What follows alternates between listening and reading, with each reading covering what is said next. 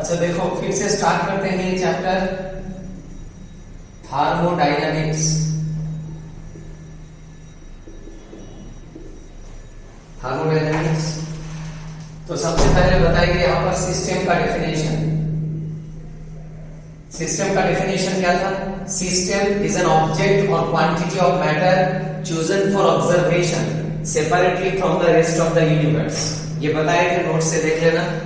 और बताए थे सिस्टम क्या है, जैसे एक कंटेनर है और इसमें क्या है, कोई केमिकल है जैसे हाइड्रोक्लोरिक एसिड। तो ये जो एसिड है इसको हम लोग एक्सपेरिमेंट के लिए लिया है कंटेनर में, तो ये क्या हो गया? सिस्टम। और ये जो बीकर है, इसका ये जो वॉल है इसको बोलते हैं बाउंड्री। बाउंड्री और वॉल। और बाकी जो रिमेनिंग पार्ट है ऑफ द यूनिवर्स इसको क्या बोलते हैं? Surroundings. Surroundings, remaining part of the universe. System और बाउंड्री को छोड़ के बाकी जो पार्ट है उसको क्या बोलते हैं? सराउंडिंग्स। और सिस्टम और सराउंडिंग ये दोनों को मिला के क्या आता है? यूनिवर्स। तो ये हो गया सिस्टम, सराउंडिंग एंड बाउंड्री, ये बताए थे। अच्छा, इसके बाद नेक्स्ट देखो, इसके बाद नेक्स्ट सिस्टम का टाइप बताए थे हम। सिस्टम का टाइप क्या था? सिस्टम का टाइप था open system, open system, close system और क्या था? Isolated system. ओपन सिस्टम में क्या होता है, जैसे एक कंटेनर है और इसमें गर्म पानी है, हॉट वाटर, गर्म पानी, लेकिन ये कंटेनर का माउथ क्या है? ओपन है। तो यहां से गर्म पानी का क्या निकलेगा? वेपर निकलेगा, वेपर, वेपर वाटर निकलेगा। मतलब क्या निकलेगा? मास निकलेगा, मास। तो यहां से मास ट्रांसफर होगा। एज वेल एज ये गर्म पानी थोड़ा देर बाद क्या होगा? आफ्टर सम टाइम क्या होगा? ठंडा होगा। मतलब हीट भी क्या होगा? ये ट्रांसफर करेगा। मतलब मास और एनर्जी दोनों ही क्या होगा? यहां पर चेंज होगा। एनर्जी मतलब हीट और एक क्या है? मास। दोनों ही चेंज होगा। तो दोनों अगर चेंज होगा तो चेंज इन मास क्या है? Not equal to zero. And change in energy क्या होगा? Not equal to zero. D क्या है? Differential change. और क्लोज सिस्टम में क्या होगा? माउथ क्लोज, अंदर में गर्म पानी। तो देखो यहां से वेपर निकलने का चांस नहीं है, लेकिन after some time hot water क्या होगा? कोल्ड होगा। मतलब ओनली एनर्जी ट्रांसफर होगा, मास ट्रांसफर नहीं होगा। दैट इज मास क्या रहेगा यहां पर? कांस्टेंट। मास कांस्टेंट रहेगा और एनर्जी क्या होगा? चेंज होगा, हीट ट्रांसफर होगा, क्योंकि ये मेटालिक बॉडी है। The body is prepared from metal, metallic body. तो मेटालिक बॉडी है तो हीट ट्रांसफर होगा, क्योंकि मेटल क्या है? Conductor of heat and electricity. तो यहां पर मास कांस्टेंट है तो चेंज इन मास क्या है? Zero. There is no change, क्योंकि कांस्टेंट है। और एनर्जी क्या होगा? नॉट इक्वल टू जीरो, क्योंकि एनर्जी यहां चेंज हो रहा है। और आइसोलेटेड सिस्टम क्या बताए थे? क्लोज कंटेनर होगा, लेकिन इसका जो बॉडी का सरफेस होगा वो स्पेशली प्रिपेयर्ड है। ये क्या बॉडी है? सरफेस एडियाबेटिक, इसको बोलते हैं adiabatic jacket. Adiabatic jacket. Adiabatic का मतलब क्या है? ये हीट को कांस्टेंट रखने में हेल्प करता है। तो अगर अंदर में गर्म पानी होगा, hot water, after some time ये क्या रहेगा? हॉट ही रहेगा, ठंडा नहीं होगा। मतलब यहाँ हीट ट्रांसफर नहीं हो रहा है। और क्लोज कंटेनर है तो मास भी ट्रांसफर नहीं होगा। तो मास एनर्जी दोनों ही क्या है यहां पर? Constant. That is change in mass क्या होगा? जीरो। चेंज इन एनर्जी भी क्या होगा? जीरो। तो ये हो गया टाइप ऑफ सिस्टम।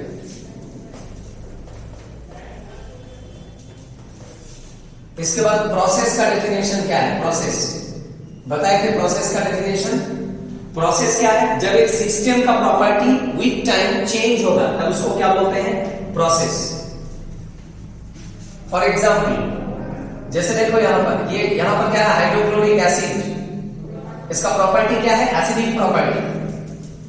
अगर आप यहां पर एक बेस ऐड करेगा NOH, तब ये HCl बेस के साथ मिलके क्या बन जाएगा?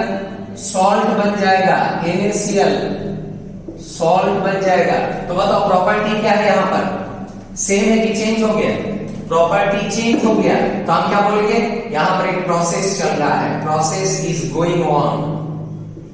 ये हो गया प्रोसेस का डेफिनेशन। जब प्रॉपर्टी क्या होगा, चेंज होगा, प्रॉपर्टी ऑफ सिस्टम जब क्या होगा, चेंज होगा, तब बोलेंगे प्रोसेस चल रहा है। ये हो गया प्रोसेस का डेफिनेशन। अब प्रोसेस का क्लासिफिकेशन हम बताए थे, इसको देख लेना, एडियाबेटिक, आइसोथर्मल, आइसोबारिक, आइसोकोरिक सब बताए थे। यहां पर सिर्फ साइक्लिक प्रोसेस के बारे में हम बताएंगे थोड़ा। साइक्लिक प्रोसेस क्या है? साइक्लिक प्रोसेस, साइक्लिक प्रोसेस क्या है? साइक्लिक प्रोसेस में क्या होता है, सपोज ये इनिशियल स्टेज है और यहां से प्रोसेस स्टार्ट हुआ, फिर स्टार्ट होने के बाद घूम फिर के फिर देखो दोबारा वहां पर ही आके पहुंच गया, मतलब इनिशियल और फाइनल स्टेज एक ही पॉइंट में। तो बताओ मुझे यहां पर क्या कंप्लीट हुआ, स्ट्रेट चेन कि एक साइकिल कंप्लीट हुआ? एक साइकिल कंप्लीट हुआ, इसीलिए इस प्रोसेस को क्या बोलेंगे, साइक्लिक प्रोसेस। तो साइक्लिक प्रोसेस क्या है, जहां पर इनिशियल और फाइनल वैल्यू क्या होगा, सेम होगा, एक ही पॉइंट में होगा।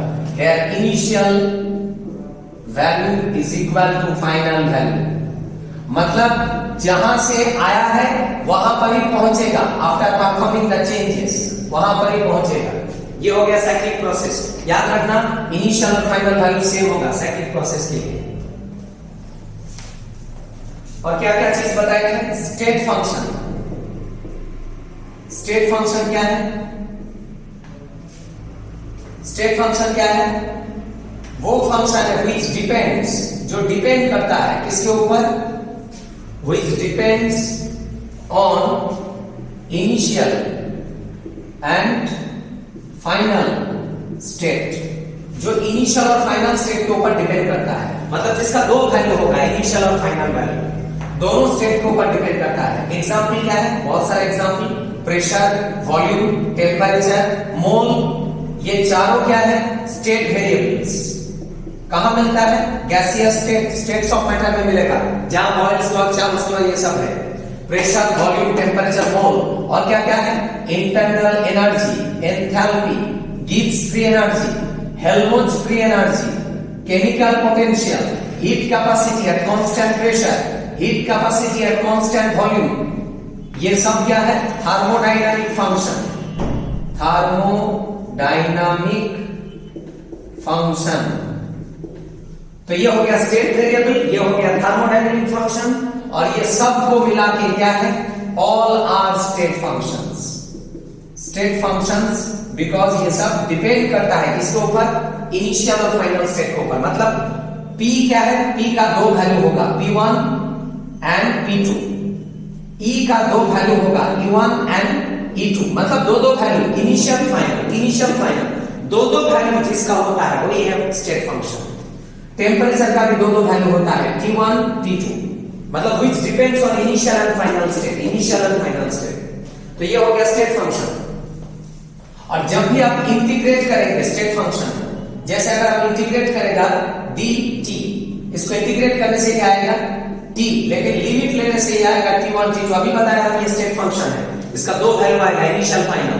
तो लिमिट पुट करने से क्या वैल्यू हो जाएगा, लिमिट पुट करने से वैल्यू आ जाएगा upper limit minus lower limit, that is क्या आएगा, डेल्टा t, डेल्टा t आएगा। सिमिलरली अगर आप dp को इंटीग्रेट करोगे तो क्या आएगा, डेल्टा p आएगा। सिमिलरली अगर आप इंटीग्रेट करोगे dh को तो क्या आएगा, delta h, limit h1 to h2, ऐसे करके सबका डेल्टा आएगा, जो जो क्या है स्टेट फंक्शंस है। और एक इंटीग्रेशन होता है, अगर आप इंटीग्रेट करेगा dt by t with limit t1 to t2, ये क्या फॉर्मेट था dt, और ये क्या फॉर्मेट है dt बाई t। तो इसको इंटीग्रेट करने से हम बताए थे क्या आएगा, log बेस e, जिसको ln बोलते हैं, ln। तो ये क्या हो जाएगा, ln t, log base e t, और लिमिट क्या है, upper limit t2, lower limit t1। तो मैथ्स में फॉर्मूला क्या है, upper limit minus lower limit.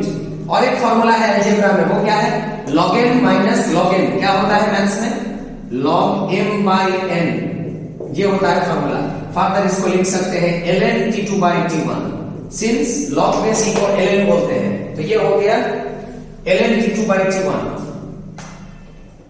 Further इसको आप क्या लिख सकते हैं, 2.303 log 10 base t2 by t1 E base को 10 बेस में कन्वर्ट करेंगे तो फैक्टर मल्टीप्लाई होगा 2.303। तो ये पता चल गया। सिमिलरली अगर आप करेंगे integral dp by p p1 to p2 limit, तो क्या आएगा value log base e p2 by p1 that is ln p2 by p1। Further इसको अगर 10 बेस में कन्वर्ट करेंगे तो फैक्टर आएगा 2.303 log base 10 p2 by p1, ये आएगा वैल्यू। तो ये हो गया स्टेट फंक्शन। अच्छा, इसके बाद होता है path dependent function. Path dependent function, path dependent function ये क्या है? Path dependent function which depend on path not states, जो पाथ के ऊपर डिपेंड करता है। पाथ मतलब क्या है? वे, रास्ता, रास्ता के ऊपर जो डिपेंड करता है वो है पाथ डिपेंडेंट फंक्शन। और इसमें एग्जांपल किसका आएगा? इसमें एग्जांपल आएगा वर्क डन, वर्क डन, और किसका आएगा? हीट। एक्चुअली दोनों का डायमेंशन सेम है, हीट एंड वर्क डन, दोनों ही क्या है? एनर्जी। तो ये दोनों पाथ डिपेंडेंट है। इसका मतलब इसका दो वैल्यू नहीं होगा, एक ही वैल्यू होगा, क्योंकि ये पाथ के ऊपर डिपेंड करता है, इनिशियल फाइनल स्टेट के ऊपर डिपेंड नहीं करता है। तो dw को अगर आप इंटीग्रेट करोगे कोई लिमिट नहीं ले पाओगे, क्या आएगा? सिर्फ w आएगा, क्योंकि ये इनिशियल फाइनल नहीं देता है, एक ही वैल्यू, क्योंकि ये पाथ डिपेंडेंट है, स्टेट डिपेंडेंट नहीं है। सिमिलरली dq को इंटीग्रेट करेंगे तो क्या आएगा? q आएगा, नॉट डेल्टा। यहां डेल्टा नहीं आएगा, दो वैल्यू नहीं है, एक ही वैल्यू। अच्छा, और एक चीज, ये साइन क्या है? इंटीग्रल साइन बोलते हैं इसको, इंटीग्रल। और ये वाला साइन को बोलते हैं साइक्लिक इंटीग्रल। तो ये दो साइन है, integral sign, cyclic integral sign. तो ये इंटीग्रेशन था। अगर आप साइक्लिक इंटीग्रल करोगे तो क्या होगा वो बताएंगे हम, रुको थोड़ा। इसके साथ स्टेट फंक्शन को कंपेयर करो। जैसा अभी थोड़ा देर पहले बताया, इंटीग्रल dt क्या था? डेल्टा t ये था, क्योंकि ये स्टेट फंक्शन था। तो बताओ यहां पर साइक्लिक इंटीग्रल ऑफ dt क्या होगा? एकदम सेम ही आएगा, डेल्टा t आएगा। लेकिन डेल्टा t का मतलब क्या है? t2 minus t1। और बताओ साइक्लिक प्रोसेस का मतलब क्या बताए थे? इनिशियल वैल्यू और फाइनल वैल्यू क्या होता है? सेम होता है। तो बताओ ये दोनों वैल्यू अगर सेम होगा तो दोनों का डिफरेंस क्या होगा? 0 होगा। जैसे ये वैल्यू अगर 5 तो ये वैल्यू भी 5, सेम वैल्यू होगा तो दोनों का डिफरेंस क्या होगा? 0। साइक्लिक प्रोसेस का डेफिनेशन क्या बताए थे? इनिशियल और फाइनल वैल्यू सेम होता है। तो साइक्लिक इंटीग्रल करने से क्या आ जाएगा? 0 आ जाएगा। Similarly cyclic integral of ds क्या होगा? 0। साइक्लिक इंटीग्रल ऑफ dh क्या होगा? 0, क्योंकि this all are state functions. State functions, state functions है कौन कौन? टेम्परेचर, एज, एज, ये सब स्टेट फंक्शन है। लेकिन अगर आप साइक्लिक इंटीग्रल ऑफ dw करेगा तब क्या आएगा? w। तब लेकिन ये डेल्टा नहीं आएगा, तो इसका दो वैल्यू नहीं आएगा, एक ही वैल्यू आएगा, इसलिए इसको 0 नहीं कर पाएगा, नॉट इक्वल टू 0। यहां कोई चेंज नहीं है। साइक्लिक इंटीग्रल ऑफ dq क्या है? q, not equal to 0। यहां भी कोई चेंज नहीं है, क्योंकि यहां पर पाथ डिपेंडेंट फंक्शन है। पाथ डिपेंडेंट फंक्शन कौन कौन है यहां पर? w and q। तो स्टेट फंक्शन होगा तो उसका साइक्लिक इंटीग्रल 0 आएगा, पाथ डिपेंडेंट फंक्शन होगा तो नॉट इक्वल टू 0 आएगा। तो ये हो गया पाथ डिपेंडेंट फंक्शंस और साइक्लिक इंटीग्रल। इसके बाद नेक्स्ट आता है वर्क डन। वर्क डन का बहुत सारा टाइप है, बहुत सारा टाइप है, आप लोग पढ़ा है। Mechanical work done, mechanical work done, non mechanical work done, non mechanical work done, electrical work done जो फिजिक्स में है, electrical work done, gravitational work done physics में है, ग्रेविटेशनल वर्क डन। ऐसे बहुत टाइप का वर्क डन होता है, mechanical, non mechanical, electrical, gravitational. Gravitational और वर्क डन क्या था? mgh, जिसको लेके हम लोग का कुछ काम नहीं है तो फिजिक्स में। इलेक्ट्रिकल वर्क डन तो पढ़ा ही होगा, W इक्वल टू क्या था? माइनस NFE, ये वाला वर्क डन, जहां पर n क्या है? नंबर ऑफ इलेक्ट्रॉन, F क्या है? फैराडे, और E क्या है? Electron potential. ये कौन सा चैप्टर में है? इलेक्ट्रोकेमिस्ट्री चैप्टर में। अच्छा, नॉन मैकेनिकल और मैकेनिकल में मैकेनिकल वर्क डन लेके हम लोग काम करते हैं। यहां पर वर्क डन क्या है? P डेल्टा V, ये हो गया वर्क डन। और यहां साइन चेंज होता है, दो साइन आता है, कभी कभी माइनस भी डेल्टा भी होता है। प्लस कब होगा? प्लस साइन तब होगा जब क्या होगा? Work done on the system, on the system. और माइनस साइन कब होगा?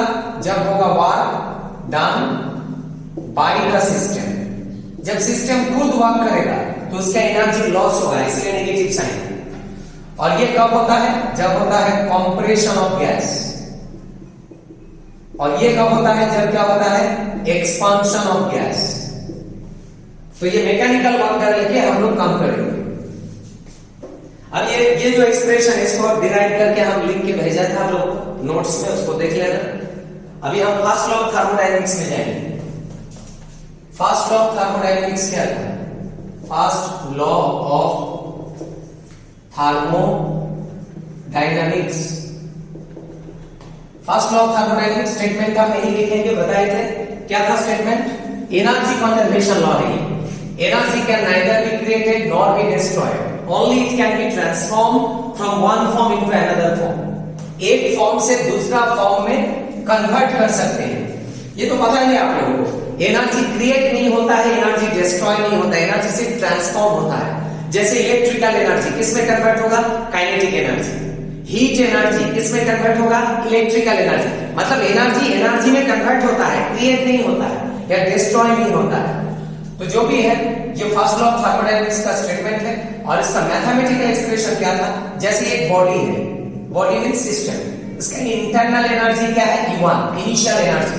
फिर ये बॉडी क्या किया? हीट एब्सॉर्ब किया, प्लस Q, प्लस मतलब एब्सॉर्ब किया, हीट एब्सॉर्ब। कौन किया absorb? Heat absorb by system. कौन एब्सॉर्ब किया? हमने थोड़ी किया, सिस्टम ने एब्सॉर्ब किया। तो अगर सिस्टम हीट एब्सॉर्ब किया तो सिस्टम का एनर्जी क्या होगा? घटेगा कि बढ़ेगा? बढ़ेगा। पहले एनर्जी कितना था? E1 था, Q गेन किया तो फाइनल एनर्जी क्या होगा? U1 plus Q। पहले एनर्जी 1 था, Q गेन किया तो फाइनल एनर्जी बढ़ गया U1 प्लस Q। अब बताओ, एनर्जी गेन किया तो ये चुपचाप बैठेगा कि वर्क करेगा? अब ये काम करेगा। काम करने से एनर्जी क्या होता है? लॉस, इसलिए माइनस W। वर्क करेगा। कौन वर्क करेगा? Work done by what? कौन हीट गेन किया था? सिस्टम। तो वर्क कौन करेगा? सिस्टम। तो फाइनल एनर्जी क्या हो जाएगा? E1 plus Q minus W। तो ये हो गया मेरा फाइनल एनर्जी। तो ये क्या है? कॉमन केस है, कॉमन केस ऐसा होना चाहिए। कॉमन केस कि ये हीट गेन किया तो एक्साइटेड हो गया, इसीलिए वर्क कर दिया। तो एनर्जी क्या हुआ? यहां पर कन्वर्ट हुआ, Q गेन होके W में कन्वर्ट हो गया। तो ये जो फाइनल एनर्जी है इसको हम क्या लिख सकते हैं? E2 equal to E1 plus Q minus W। ये हो गया फाइनल। फर्दर इसको लिख सकते हैं E2 minus Q1 equal to Q minus W। That is क्या होगा? Delta E Q minus W। ये आएगा। This is the expression of first law of thermodynamics. इसमें क्या दिखा रहा है? एनर्जी कन्वर्ट हो रहा है, क्रिएट नहीं हो रहा है, डिस्ट्रॉय नहीं हो रहा है। और एक चीज नोटिस करो, यहाँ डेल्टा है क्योंकि ये स्टेट फंक्शन है और ये दोनों क्या बताए थे? Part dependent. यहाँ कोई डेल्टा नहीं है। तो ये हो गया फर्स्ट लॉ ऑफ थर्मोडायनेमिक्स। अच्छा, और एक चीज इसको आप ऐसे भी लिख सकते हो, Q equal to delta E plus W। ऐसे भी लिख सकते हो। W को डेल्टा E और W एक साइड और Q एक साइड किया। और अगर इसको डिफरेंशियल चेंज में लोगे तो ये आएगा एक्सप्रेशन। ये भी क्या है? सेम चीज है। ये स्मॉल वैल्यू के लिए और ये बिग वैल्यू, इसको इंटीग्रेट करो ये आ जाएगा। तो दोनों ही क्या है? फर्स्ट लॉ का मैथमेटिकल एक्सप्रेशन, फर्स्ट लॉ का एक्सप्रेशन है। और एक चीज नोटिस करो, यहां वर्क डन का साइन अगर कोई पूछेगा तो क्या बोलना? वर्क डन का साइन क्या है? बताओ क्या साइन है? देख के लग रहा पॉजिटिव, बट ये पॉजिटिव नहीं है, नेगेटिव। हम इधर उधर किया तो ये पॉजिटिव हो गया। एक्चुअली वर्क डन का साइन क्या है? Negative sign, negative, because work done by the system. System खुद वर्क कर रहा है तो इसका एनर्जी लॉस होगा, नेगेटिव साइन होगा। तो ये हो गया कॉमन केस। और एक केस होता है, वो क्या है? ये तो कॉमन क्यों है? बार बार बता रहा है क्योंकि अगर गेन करेगा सिस्टम तो वर्क करेगा। जैसे अगर आपको पैसा मिलेगा तो आप काम करेगा कि नहीं करेगा? इसको पैसा मिला, ये काम किया। लेकिन दुनिया में ऐसा भी आदमी है कि पैसा मिला फिर भी काम नहीं किया, काम उसके ऊपर करना पड़ा। ऐसा भी तो आदमी है दुनिया में, तो उल्टा काम करते हैं, देखते हैं। ये रेयर केस, ये भी हो सकता है। पैसा मिला, काम नहीं किया, काम उसके ऊपर हो रहा है, मतलब work done on the system. Opposite अगर करेंगे ये भी पॉसिबल है, तो ऑन द सिस्टम अगर काम होगा तो ये प्लस डब्ल्यू हो जाएगा, प्लस डब्ल्यू प्लस, फिर बाद में इधर उधर करके ये क्या आ जाएगा, माइनस। फिर पूछेंगे हम वर्क डन का साइन क्या है, देख के लग रहा है negative, but actually negative to positive sign. बस ये हो गया फर्स्ट लॉ का एक्सप्रेशन। ये भी है करेक्ट, पहले वाला भी करेक्ट है।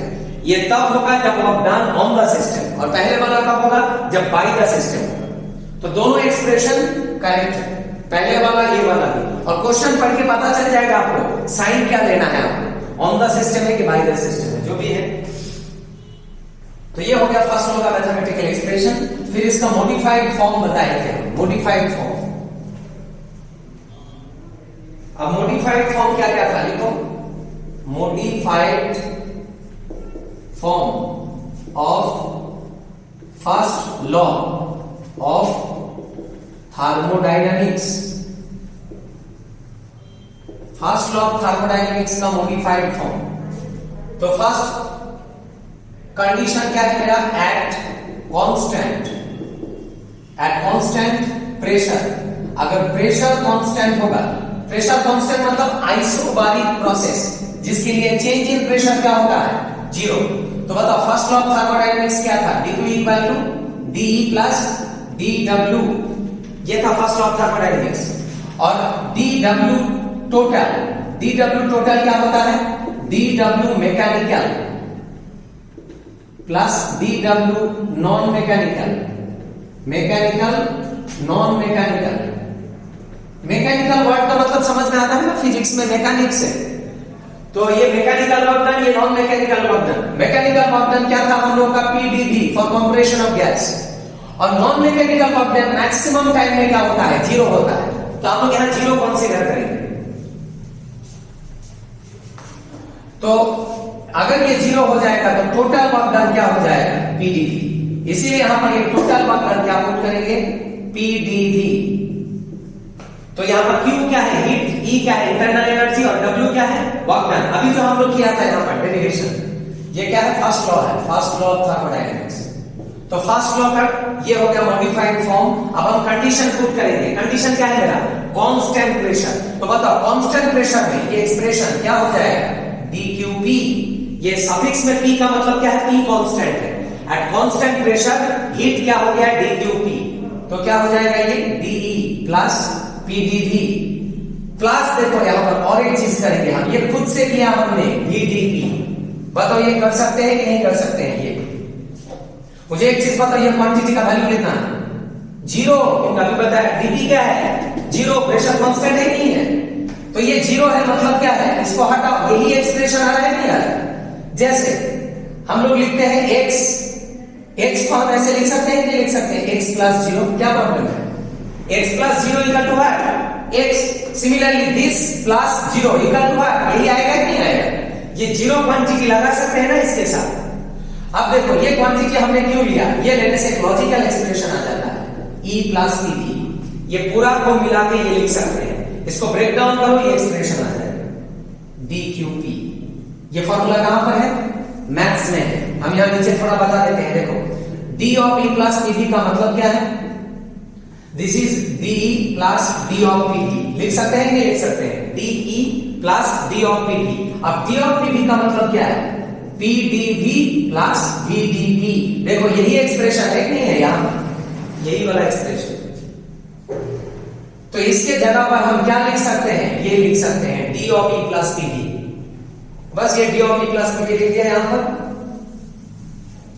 अब देखो E क्या है, एनर्जी, PV क्या है, ये भी एनर्जी है, PV भी एनर्जी, E भी एनर्जी। PV एनर्जी क्यों है, क्योंकि प्रेशर क्या होता है, फोर्स बाय एरिया और volume. Force by area, further area क्या है, लेंथ स्क्वायर, वॉल्यूम क्या है, लेंथ क्यू। तो फोर्स इनटू लेंथ क्या होता है, वर्क डन। वर्क डन मतलब क्या है, एनर्जी तो है, force into displacement, work done. तो ये एनर्जी है, ये भी एनर्जी है। Energy plus energy equal to what, another energy. इसी को बोलते हैं H। यहां से H का इन्वेंशन हुआ, जिसको क्या बोलते हैं, एंथैल्पी। तो एंथैल्पी कहां से आता है, फर्स्ट लॉ से आता है। फर्स्ट लॉ का मॉडिफाइड फॉर्म है ये। तो हीट एट कांस्टेंट प्रेशर क्या हो गया, dH, दैट इज QP क्या हो गया, डेल्टा H।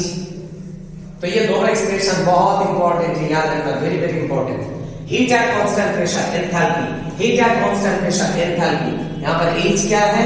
एंथैल्पी और हीट कंटेंट, जहां पर H का मतलब क्या है? E plus PV। तो ये हो गया फर्स्ट कंडीशन। अब सेकंड कंडीशन में जाएंगे हम, नंबर 2, एट कांस्टेंट वॉल्यूम। अगर वॉल्यूम कांस्टेंट होगा तो चेंज इन वॉल्यूम क्या होगा? 0। This is for isochoric process. तो फर्स्ट लॉ क्या था हम लोग का? फर्स्ट लॉ था dq equal to dE plus क्या था? dW। For the total work done क्या था हम लोग का? मैकेनिकल वर्क डन, जो क्या था? PdV। अब कंडीशन पुट करेंगे हम dQV, क्योंकि मेरा वॉल्यूम कांस्टेंट है, तो ये क्वांटिटी क्या हो जाएगा? dE plus 0। देखो समझ में आया कि नहीं? 0 पुट किया क्योंकि dV क्या है मेरा? 0 है कि नहीं है? dV 0, तो ये क्वांटिटी 0 हो गया। तो dQV क्या आ गया?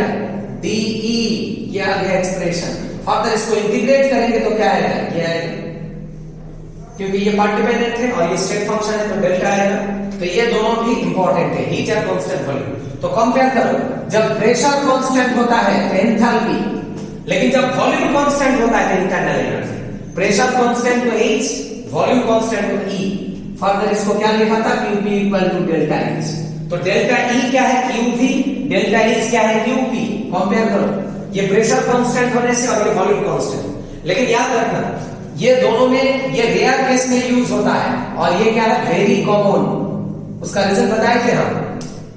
मैक्सिमम केस में हम लोग वॉल्यूम कांस्टेंट नहीं रखते हैं, प्रेशर कांस्टेंट रखते हैं। वॉल्यूम चेंज होता है मैक्सिमम केस में, लेकिन प्रेशर कांस्टेंट होता है। एग्जांपल दिया था, जैसे ये रूम में मेरा प्रेशर कितना है? 1 एटमॉस्फेयर।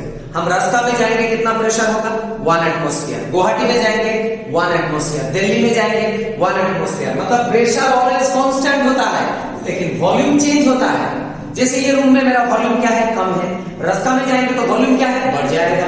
वॉल्यूम चेंज हो सकता है बट प्रेशर कांस्टेंट है, इसीलिए ये ज्यादा यूज होता है। इसीलिए बुक्स में देखना E कम दिखाई देगा, H ज्यादा दिखाई देगा, एंथैल्पी।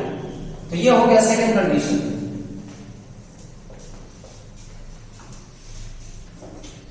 नंबर 3 कंडीशन आएगा, at constant temperature and pressure. अब दोनों को कांस्टेंट रखेंगे तो क्या था हम लोग का expression? dQ equal to dE plus dW। Further क्या था? ये dQ equal to dE plus PdV। Further dQP क्या कर सकते हैं? अब ले लिया हमने कंडीशन प्रेशर कांस्टेंट, तो ये आ जाएगा dE प्लस PdV। फर्दर देखो इसको हम क्या लिख सकते हैं? dH, अभी बताया, हीट एट कांस्टेंट प्रेशर क्या होता है? एंथैल्पी। dE plus PdV। तो ये आ गया लास्ट एक्सप्रेशन। फिर इसको इंटीग्रेट करोगे तो क्या आ जाएगा? Delta H equal to delta E plus P delta V after integration. इसको इंटीग्रेट करने से ये आ जाएगा। तो ये हो गया मेरा इक्वेशन नंबर A, B या 1, 2 जो भी, या ऐसे कर दो इसको। अब देखो ये जो क्वांटिटी है इसको हम मॉडिफाई करेंगे। P डेल्टा V क्या है? P V2 minus V1। अब ये V2 और V1 क्या है? देखो PV इक्वल टू क्या होता है? Energy, ideal gas equation, ideal gas equation. अब यहां से बताओ V क्या है? Energy by P। Further V1 क्या होगा? N1 RT by P and V2 क्या होगा? N2 RT by P। समझ में आया? यहां पर देखो R तो पता ही है कांस्टेंट है, यूनिवर्सल कांस्टेंट, ये सेम रहेगा। टेम्परेचर प्रेशर चेंज हुआ है कि सेम है? सेम है, क्योंकि हमने टेम्परेचर प्रेशर दोनों क्या लिया है? कांस्टेंट। इसीलिए T और P चेंज नहीं होगा, सिर्फ क्या चेंज हुआ है? मोल चेंज हुआ है। बस अब ये दोनों वैल्यू यहां पर पुट करो तो क्या आ जाएगा? N2 RT by P minus N1 RT by P। फिर यहां पर प्रेशर को बाहर लेके आएगा तो P कैंसिल, तो क्या आ जाएगा? ये कॉमन ले लिया तो अंदर क्या रहेगा? N2 minus N1। ये RT बाय P को बाहर लेके आया, फिर P कैंसिल, तो रह जाएगा RT delta N। Delta N change in mole. तो यहां पर क्या कर सकते हैं? डेल्टा N, अच्छा ये जो डेल्टा N इसको G लगाएंगे। This is the change in mole for gas, क्योंकि आपने क्या लिया था यहां पर? गैस इक्वेशन लिया था इसलिए गैस, तो ये delta N change in mole for क्या है गैस, तो पी डेल्टा वी के जगह पर अब ये क्वांटिटी पुट करेंगे तो क्या हो जाएगा delta H equal to delta E plus delta N R T. ये हो गया फर्स्ट लॉ का और एक मॉडिफाइड फॉर्म, बहुत इंपॉर्टेंट याद ही रहता है न्यूमेरिकल प्रॉब्लम। फर्दर इसको ऐसे भी लिख सकते हैं आप क्यू पी, अभी बताए थे थोड़ा देर पहले, डेल्टा एच क्या है क्यू पी, डेल्टा ई क्या है Q V plus delta N R T, ऐसे भी लिख सकते हैं। Heat at constant pressure, heat at constant volume, change in mole for gas R universal constant और टी क्या है temperature.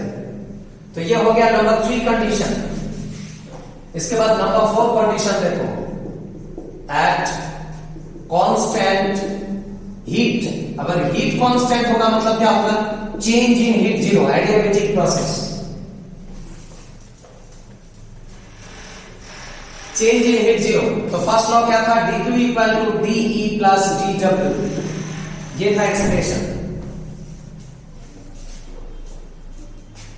dq equal to d plus dW, further dW क्या था pdV, और ये dq के जगह पर, अच्छा pdV नहीं इसको dW रखेंगे, अच्छा dq के जगह पर क्या लिख सकते हैं हम जीरो, क्योंकि ऑलरेडी बता दिया dq क्या है जीरो, एडियाबैटिक प्रोसेस, और यहां पर AD लगा देगा, AD stands for adiabatic work done, क्योंकि एडियाबैटिक प्रोसेस है ये। तो dW एडिया क्या हो जाएगा माइनस dE, इसको इधर लेके आओ माइनस आ जाएगा।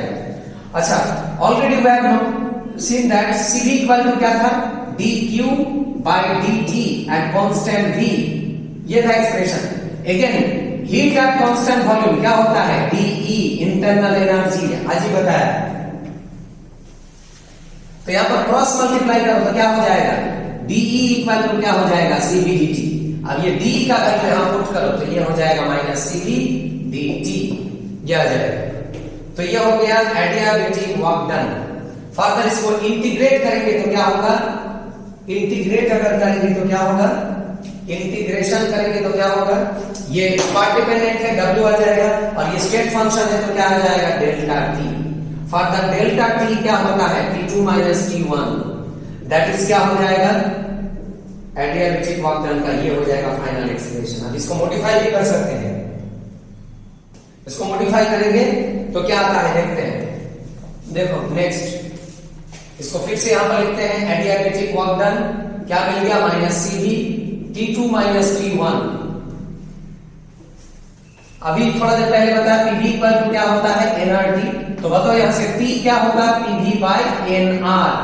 अब यहां से T को रिप्लेस करके Pv फॉर्म में हम एक्सप्रेस करेंगे, तो बताओ यहां से T1 क्या होगा P1 V1 बाय nR। यहां पर R constant, universal constant, pressure और वॉल्यूम चेंज हो रहा है। T2 क्या है P2 V2 बाय nR। अब ये T1 और T2 का वैल्यू यहां पर पुट करो तो क्या आ जाएगा minus Cv P2 V2 bye nR, और ये क्या है P1 V1 बाय nR। ये हो गया T1 और T2 का वैल्यू। तो ये हो गया एडियाबैटिक वर्क डन। तो इसको सॉल्व करने से क्या आ जाएगा Cv by nR P2 V2 minus P1 V1, ये आ जाएगा एक्सप्रेशन। फर्दर नेगेटिव साइन को अंदर करेंगे तो क्या होगा Cv by nR P1 V1 minus P2 V2, ये माइनस साइन से मल्टीप्लाई कर दो तो ये आ जाएगा एडियाबैटिक वर्क डन। तो ये एक्सप्रेशन आ गया। अब देखो ये जो Cv बाय nR इसको आप लिख सकते हैं 1 बाय गामा माइनस 1। अब इसको हम प्रूव कर देंगे, जहां पर गामा क्या था ये फिजिक्स में है हीट कैपेसिटी रेशियो। गामा क्या है heat capacity ratio, ratio means Cp by Cv, इसी को बोलते हैं गामा, हीट कैपेसिटी रेशियो। अब देखो ये कैसे आया है Cv by nR 1 by gamma minus 1 कैसे हुआ Cv बाय nR। फर्दर इसको क्या लिख सकते हैं Cv by Cp minus Cv, since we know that Cp minus Cv क्या होता है nR होता है for n mole of gas. इसको डिराइव कर सकते हैं, फिजिक्स में है, नहीं तो हम भी कर देगा बाद में लोगों। अच्छा ये ऊपर का Cv को नीचे ले जाओ तो क्या आ जाएगा Cp minus Cv by Cv, ये ऊपर का क्वांटिटी नीचे लाया है तो इसको सॉल्व करने से क्या होगा Cp बाय Cv क्या है गामा, और Cv बाय Cv क्या है 1, आ गया कि 1 बाय गामा माइनस 1। तो यही क्वांटिटी यहां पर लिखा है। 1 by gamma minus 1। तो ये हो गया adiabatic work done, P1 V1 minus P2 V2 by gamma minus 1। ये हो गया एडियाबेटिक वर्क डन। तो ये भी क्या है, फर्स्ट लॉ थर्मोडायनेमिक्स का मॉडिफाइड फॉर्म। फर्स्ट लॉ से ही तो आ रहा है ना सब, all coming from first law of thermodynamics. तो ये हो गया एक एक्सप्रेशन। अच्छा नेक्स्ट कंडीशन में जाएंगे, नंबर 4 की 5 होगा, लिखो क्या था। अच्छा ये कोई कंडीशन नहीं दे रहा है, फर्स्ट लॉ ऑफ थर्मोडायनेमिक्स क्या था, dq इक्वल टू क्या था, dE प्लस dW, ये एक्सप्रेशन था। बाद में इसको क्या लिख सकते हैं, dE प्लस dW क्या था हम लोग का, pdV, ये था dq।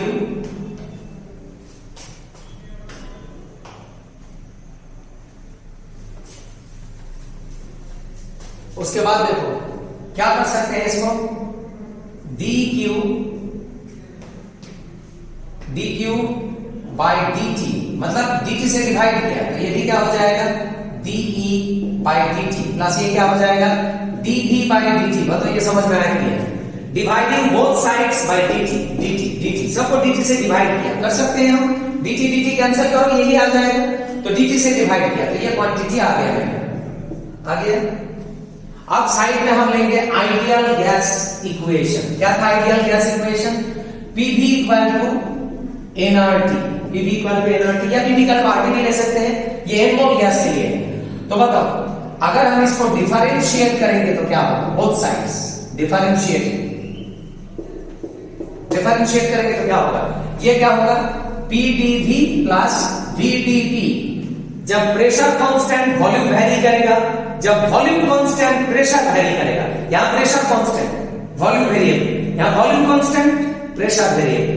तो ये हो गया मैथ्स का फॉर्मूला। सिमिलरली यहां पर देखो n और r क्या है, कांस्टेंट, ये तो बाहर आ जाएगा, सिर्फ टेंपरेचर ही वेरी करेगा, यहां पर यही आएगा एक्सप्रेशन। यहां पर दोनों वेरिएबल था लेकिन यहां पर सिर्फ t वेरिएबल, n r बाहर आ जाएगा कांस्टेंट। ऐसा कभी नहीं होगा, dn meaningless, dr meaningless, because n और r क्या है, कांस्टेंट। कांस्टेंट कभी चेंज नहीं होता है, तो जो भी है ये एक्सप्रेशन आ गया। अब यहां से dividing both sides by dt we get, dt से सबको डिवाइड करो, dt, तो ये भी क्या हो जाएगा, dt बाय dt। बताओ समझ में आया कि नहीं आया, सबको dt से डिवाइड किया, dt से डिवाइड किया तो ये तो कैंसिल आउट हो गया। कैंसिल आउट करने के बाद यहां पर क्या रह जाएगा, pdv dt plus vdp dt, और यहां पर क्या रह जाएगा, nr। ये समझ में आया। अब बताओ यहां पर क्या लिख सकते हैं, pdv dt is equal to क्या होगा, nr माइनस vdp dt। बताओ समझ में आया कि नहीं आया, ये क्वांटिटी को इधर लेके गया, इधर जाएगा तो क्या होगा, माइनस। अब ये जो क्वांटिटी है मैच करके देखो, ये वाला क्वांटिटी है कि नहीं है, यही वाला क्वांटिटी है कि नहीं है ये, तो इसके जगह पर हम रिप्लेस करके क्या पुट कर सकते हैं, dq dt is equal to de dt plus क्या लिख सकते हैं, nr माइनस vdp dt। बताओ समझ में आया कि नहीं आया, ये वाला क्वांटिटी यहां पुट कर दिया इसके जगह पर।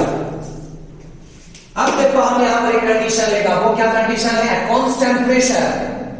जैसे यहां पर कांस्टेंट प्रेशर हम ले लेगा, कांस्टेंट प्रेशर ले लिया QP, तो क्या हो जाएगा ये एक्सप्रेशन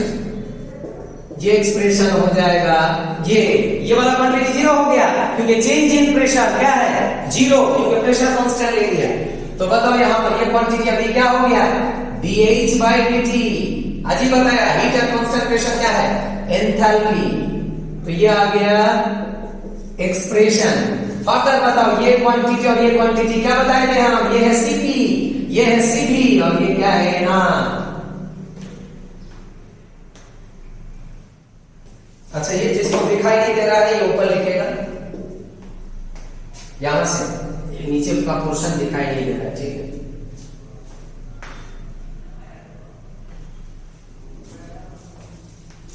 देखो यहां से क्या आ जाएगा, dq p by dt dH by dt equal to dE by dt plus nr। समझ में आ रहा है ये nr, ये क्वांटिटी क्या हो गया, जीरो। उसके बाद क्या होगा, ये क्वांटिटी क्या है आप लोगों का Cp और ये क्वांटिटी क्या है आप लोगों का Cv, Cp तो Cp माइनस Cv क्या हो गया Nr। यही फॉर्मूला बताए थे थोड़ा देर पहले, डिराइव करके दिखा दिया। ये n मोल गैस के लिए है, for n mole of gas. अगर 1 मोल गैस के लिए पूछेगा तो क्या हो जाएगा, ये 1 मोल गैस के लिए हो जाएगा Cp minus Cv equal to R, क्योंकि n क्या है 1 है फॉर 1 मोल गैस। तो ये हो गया फर्स्ट लॉ का अलग अलग मॉडिफाइड फॉर्म। तो ये समझ में आ गया।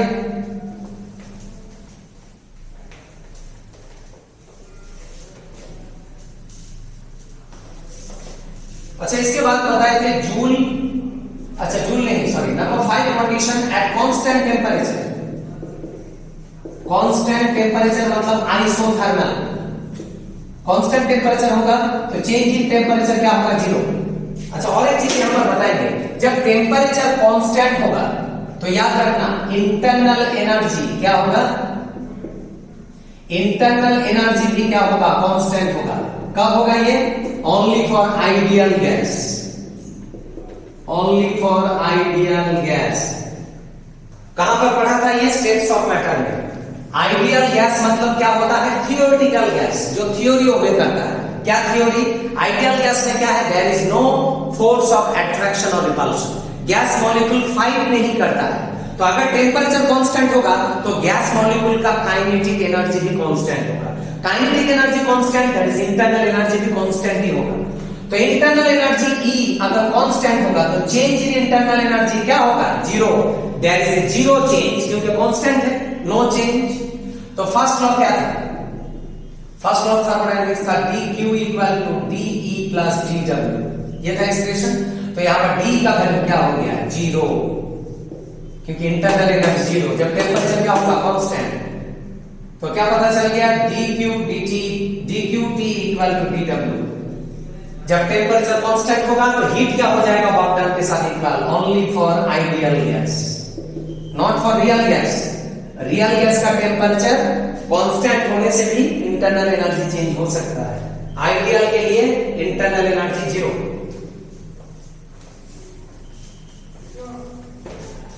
अच्छा, इसके बाद joule vacuum expansion experiment, joule vacuum expansion experiment. तो ये क्या बताए थे, यहां पर एक कंटेनर होगा और इसमें 2 बड़ा बड़ा बाल्ब होगा। ये बाल्ब क्या है, A, और ये बाल्ब क्या है, B। इसमें क्या है, आइडियल गैस, और ये वाला कंटेनर क्या है, खाली है, एम्प्टी।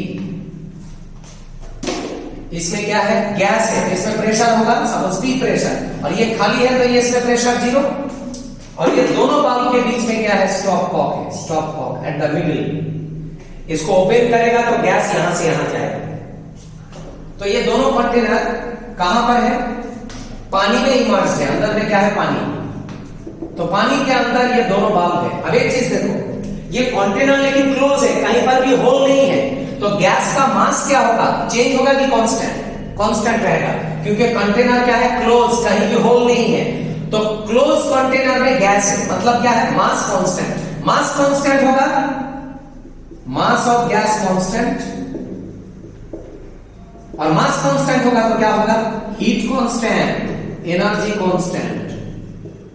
और बार बार बता रहा है ये आइडियल गैस है, तो आइडियल गैस अंदर में है, मास कांस्टेंट है तो हीट भी कांस्टेंट होगा, तो चेंज इन हीट भी क्या होगा, 0। अब इसको इंटीग्रेट करोगे तो क्या होगा, Q इक्वल टू 0, क्योंकि ये पार्ट डिपेंडेंट है, डेल्टा नहीं आएगा। तो ये हो गया मेरा first condition, Q equal to 0।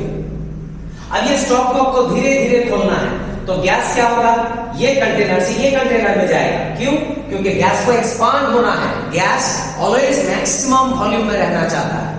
तो ये जैसे ओपन करेगा ये गैस यहां से यहां जाएगा एक्सपांड होने के लिए। अब मुझे एक चीज बताओ, ये ओपन करने से गैस एक्सपांड होगा फोर्सफुली कि फ्रीली? ये खोलने से इसको बोलना पड़ेगा जाओ, कि अपने आप जाएगा, अपने आप जाएगा, गैस है, तो इसको क्या बोलेंगे, free expansion, free expansion of ideal gas. तो बताओ, अगर फ्री एक्सपांशन है ये, तो वर्क डन क्या होगा, वर्क डन होगा 0। वर्क डन क्या होगा 0, वर्क नहीं करना पड़ेगा, अपने आप जाएगा, तो वर्क डन 0 होगा। और एक चीज आइडियल गैस में अभी बताया मॉलिक्यूल फाइट नहीं करता है, there is no force of attraction और रिपल्शन आइडियल गैस।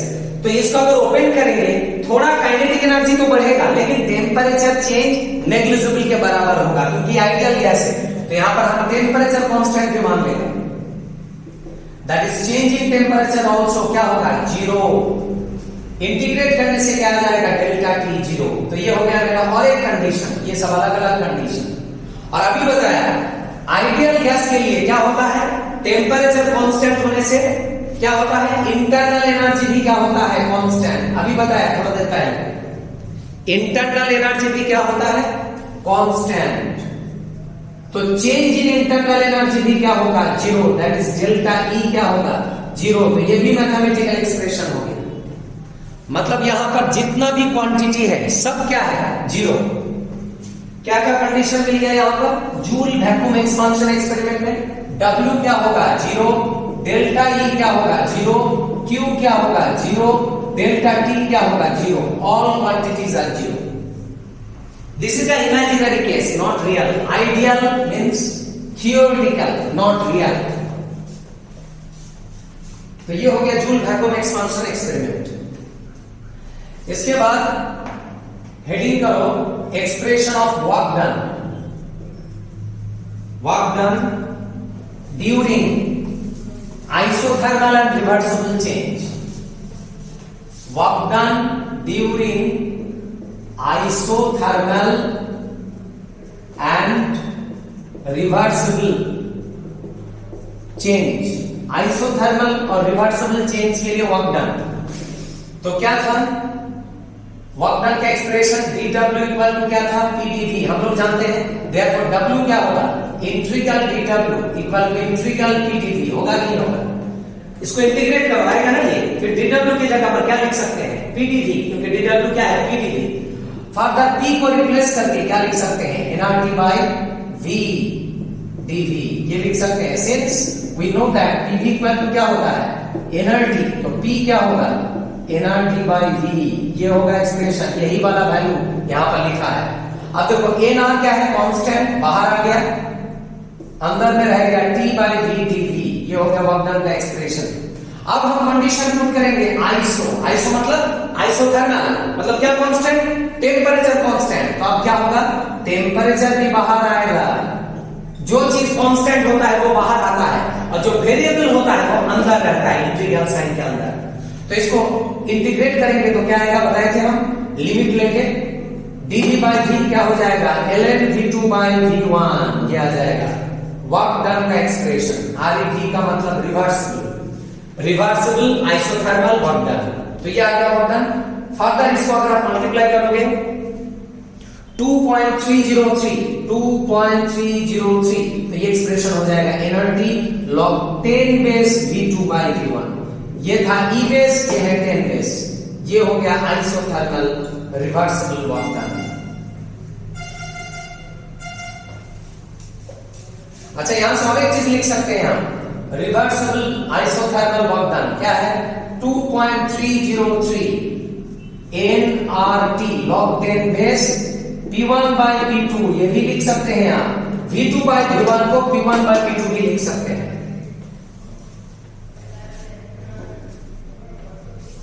तो ये दोनों एक्सप्रेशन इंपॉर्टेंट है। अच्छा क्यों लिख सकते हैं, क्योंकि आपका टेम्परेचर कांस्टेंट था, और टेम्परेचर कांस्टेंट होता है तो कौन सा लॉ एप्लीकेबल होता है बॉयल्स लॉ।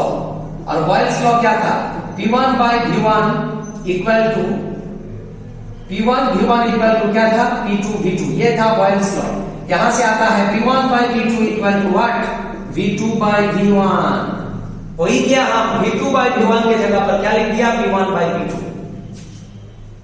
तो ये दोनों एक्सप्रेशन इंपॉर्टेंट है। किस टाइप का क्वेश्चन आएगा, अगर यहां से क्वेश्चन आएगा तो P1 का वैल्यू दे देगा, P2 का वैल्यू दे देगा, T दे देगा, N दे देगा, W निकालना होगा और मेंशन करके देगा आइसोथर्मल वर्क डन कैलकुलेट, जो भी है ये आ गया। अच्छा और एक चीज नोटिस करना, बार बार बता रहे यहां पर प्लस साइन दिया है, प्लस साइन मतलब क्या है कंप्रेशन, कंप्रेशन ऑफ गैस।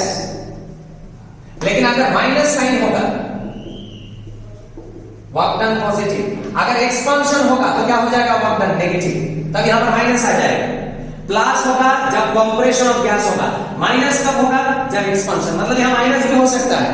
अगर यहां माइनस दे देगा तो ये एक्सपांशन का वर्क डन होगा, अगर प्लस देगा तो क्या होगा, कंप्रेशन। तो याद रखना यहां प्लस भी हो सकता है, माइनस भी हो सकता है। बस यहां तक रखो। ये वीडियो रिकॉर्डिंग करके हम भेज देगा थोड़ा देर बाद, यहां तक रखो।